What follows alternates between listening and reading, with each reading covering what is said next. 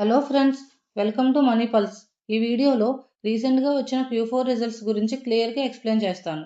ఏ stocks పెరిగాయి, ఏ stocks పడ్డాయి చూద్దాం. ఇండియా సిమెంట్స్ Q4 రిజల్ట్స్ స్ట్రాంగ్గా వచ్చాయి. నెట్ ప్రాఫిట్ 59.5 crore పెరిగింది. లాస్ట్ ఇయర్ 24.6 crore నుండి రెవెన్యూ కొంచెం గ్రో అయింది. ఎబిటా కూడా పాజిటివ్గా వచ్చింది. 2000 crore క్యాపెక్స్ ప్లాన్ అనౌన్స్ చేసింది. ఐడిఎఫ్సి ఫస్ట్ బ్యాంక్ Q4లో స్టేబుల్ పెర్ఫార్మెన్స్ చూపించింది. నెట్ ప్రాఫిట్ 319 crore పెరిగింది. ఎన్ఐఐ స్ట్రాంగ్గా 15% గ్రోత్ చూపించింది. అసెట్ క్వాలిటీ ఇంప్రూవ్ అయ్యింది. ప్రొవిజన్స్ తగ్గడం వల్ల బ్యాంక్ స్టెబిలిటీ ఇంప్రూవ్ అయ్యింది.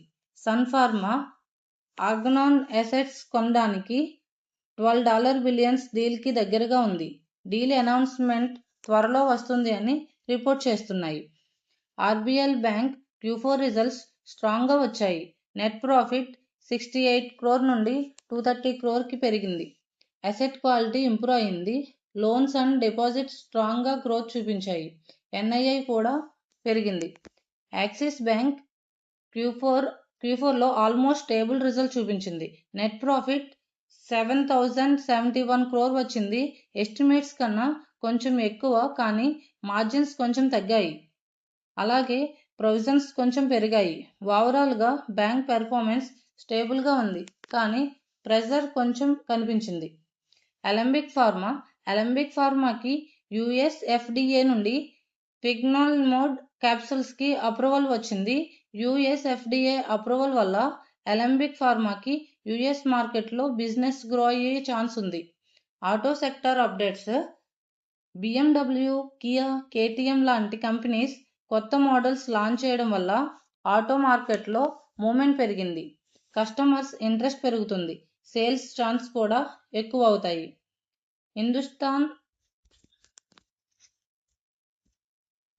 ఇండస్ఇండ్ బ్యాంక్లో చాలామంది top executives like senior management resign అవ్వడం జరిగింది. ఇలా కీ పొజిషన్స్లో ఉన్న వాళ్ళు వెళ్ళిపోతే కంపెనీ డెసిషన్స్ అండ్ ఆపరేషన్స్ మీద ఇంపాక్ట్ పడే ఛాన్స్ ఉంటుంది. ఇన్వెస్టర్స్ కూడా కొంచెం అన్సర్టనిటీ క్రియేట్ అయింది. ఇండస్ఇండ్ బ్యాంక్లో చాలామంది top executives like senior management resign అవ్వడం జరిగింది. ఇలా కీ పొజిషన్స్లో ఉన్న వాళ్ళు వెళ్ళిపోతే కంపెనీ డెసిషన్స్ అండ్ ఆపరేషన్స్ మీద ఇంపాక్ట్ పడే ఛాన్స్ ఉంటుంది.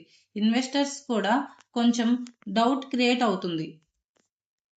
రిలయన్స్ ఇండస్ట్రీస్ Q4లో స్ట్రాంగ్ రెవెన్యూ గ్రోత్ చూపించింది. మెయిన్లీ రిటైల్ అండ్ టెలికాం సెగ్మెంట్లో సపోర్ట్ వల్ల. రిటైల్ బిజినెస్లో సేల్స్ స్ట్రాంగ్గా పెరిగాయి.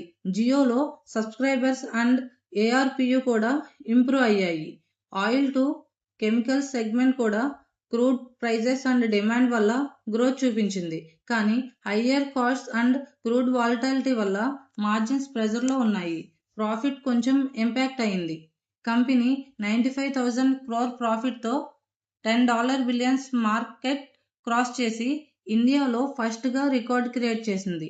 రిలయన్స్ ఇండస్ట్రీస్ ₹6 డివిడెండ్ కూడా అనౌన్స్ చేసింది. శ్రీరామ్ ఫైనాన్స్ Q4లో స్ట్రాంగ్ పెర్ఫార్మెన్స్ చూపించింది. Net profit around 41% year on year గ్రోత్తో 3,000+ crore రీచ్ అయింది. నెట్ ఇంట్రెస్ట్ ఇన్కమ్ కూడా 21% పెరిగింది. లోన్ గ్రోత్ అండ్ ఆపరేషన్స్ స్ట్రాంగ్గా ఉన్నాయి. అసెట్ క్వాలిటీ స్టేబుల్గా ఉండడం positive sign. Alkem Laboratories CEO resign చేశారనే న్యూస్ వల్ల స్టాక్ పడింది. మేనేజ్మెంట్ చేంజ్ వల్ల ఇన్వెస్టర్స్కి కొంచెం అన్సర్టనిటీ క్రియేట్ అయింది. హిందుస్థాన్ జింక్ డివిడెండ్ అనౌన్స్ చేసింది. ₹11 per share డివిడెండ్ డిక్లేర్ చేసి టోటల్ పేఅవుట్ అరౌండ్ 4,648 crore ఉంటుంది. Strong cash positions and study earnings వల్ల కంపెనీ షేర్ హోల్డర్స్కి రిటర్న్ ఇస్తుంది.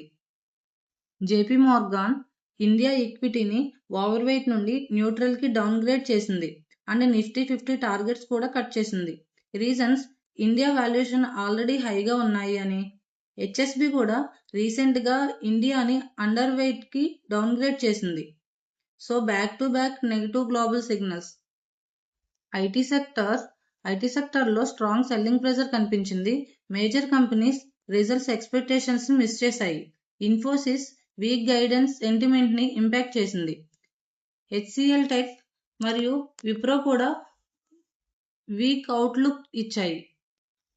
ఐడిబిఐ బ్యాంక్ షేర్స్ అరౌండ్ 6% వరకు రిబౌండ్ అయ్యాయి. గవర్నమెంట్ డిస్ఇన్వెస్ట్మెంట్ ప్రాసెస్ కంటిన్యూ అవుతుంది అని క్లారిటీ ఇచ్చింది. ఫైనాన్స్ మినిస్టర్ స్టేట్మెంట్స్ వల్ల ఇన్వెస్టర్స్ కాన్ఫిడెన్స్ పెరిగింది. ఇంట్రాడే లో నుండి స్ట్రాంగ్ రికవరీ కనిపించింది. UTI asset management company shares around 10% పడిపోయాయి. Q4 రిజల్ట్స్ లో నెట్ లాస్ రిపోర్ట్ చేయడం మెయిన్ రీజన్. రెవెన్యూ కూడా అరౌండ్ 25% డిక్లైన్ అయింది క్వార్టర్ ఆన్ క్వార్టర్. లిస్టింగ్ తర్వాత బిగ్గెస్ట్ సిగ్నల్ డే ఫాల్ ఇది. జిఎంఆర్ ఎయిర్పోర్ట్స్ షేర్ పడిపోయింది. గ్రూపే ఏడీపీ తన 7.3% స్టేక్ సెల్ చేయాలి అని డిసైడ్ చేసింది. దీనివల్ల మార్కెట్లో సెల్లింగ్ ప్రెజర్ పెరిగింది. లక్స్ ఇండస్ట్రీస్ షేర్ 7% పడిపోయింది. కంపెనీ డీమర్జర్ ప్లాన్ అనౌన్స్ చేసింది. బిజినెస్ ని 3 పార్ట్స్ గా స్ప్లిట్ చేస్తుంది. షార్ట్ టర్మ్ అన్సర్టనిటీ వల్ల ఇన్వెస్టర్స్ సెల్ చేశారు. ఇన్ఫోసిస్ షేర్ 7% పడిపోయింది. Q4 రిజల్ట్స్ తర్వాత worst fall since 2020. Brokerage down grade and targets cuts ఇచ్చాయి. మిక్స్డ్ సిగ్నల్స్ వల్ల సెంటిమెంట్ వీక్ అయింది. అటులాటో షేర్ 10% పెరిగింది. 15,000 ఈవీ 3-వీలర్స్ సప్లై డీల్ వచ్చింది. Deal value around 500 crores. Strong growth expectations వల్ల బయింగ్ వచ్చింది. డాక్టర్ రెడ్డీస్ సెమాగ్లోటైడ్ డ్రగ్ అప్రూవల్ దగ్గర ఉంది. డయాబెటిక్స్ అండ్ వెయిట్ లాస్ కి యూజ్ అవుతుంది. కెనడా అప్రూవల్ ఇంకా పెండింగ్ లో ఉంది. డౌన్ గ్రేడ్ వల్ల స్టాక్ ప్రెజర్ లో ఉంది. సిప్లా షేర్ 5% పెరిగింది. యుఎస్ ఎఫ్డిఏ అప్రూవల్ వచ్చింది. వెంటూలిన్ ఇన్హేలర్ జెనరిక్ లాంచ్ చేస్తుంది. ఈ inhaler asthma and breathing issues కి యూజ్ అవుతుంది. యూనియన్ బ్యాంక్ షేర్ పడుతుంది. Q4 తర్వాత 2 days లో 10% ఫాల్ అయింది. ఎనలిస్ట్స్ మిక్స్డ్ వ్యూస్ ఇచ్చారు. అన్సర్టనిటీ వల్ల సెల్లింగ్ కంటిన్యూ అవుతుంది. SBI life share day high నుండి పడింది. న్యూ రూల్ రావచ్చు అని గవర్నమెంట్ హింట్ ఇచ్చింది. కాంపిటీషన్ పెరిగే ఛాన్స్ ఉంది. ఇన్వెస్టర్స్ కాషియస్ అయ్యారు. ఫోర్టిస్ హెల్త్ కేర్ మీద పాజిటివ్ వ్యూ ఉంది. మోతిలాల్ ఒస్వాల్ బై రేటింగ్ ఇచ్చింది. కంపెనీ పెర్ఫార్మెన్స్ ఇంప్రూవ్ అవుతుంది. ఫోర్టిస్ లో గ్రోత్ ఛాన్సెస్ స్ట్రాంగ్ గా ఉంటుంది అని రిపోర్ట్ ఇచ్చింది. ఈ వీక్ లో 100+ కంపెనీస్ Q4 రిజల్ట్స్ అనౌన్స్ చేస్తున్నాయి. Major results Monday to Thursday మధ్య వస్తాయి. డైలీ 20 to 30 కంపెనీస్ రిజల్ట్స్ వస్తాయి. కాబట్టి మార్కెట్లో వాలటాలిటీ పెరిగే ఛాన్స్ ఉంది. మీకు ఇలాంటి డైలీ మార్కెట్ అప్డేట్స్ కోసం మనీ పల్స్ ని ఫాలో అవ్వండి. Thank you.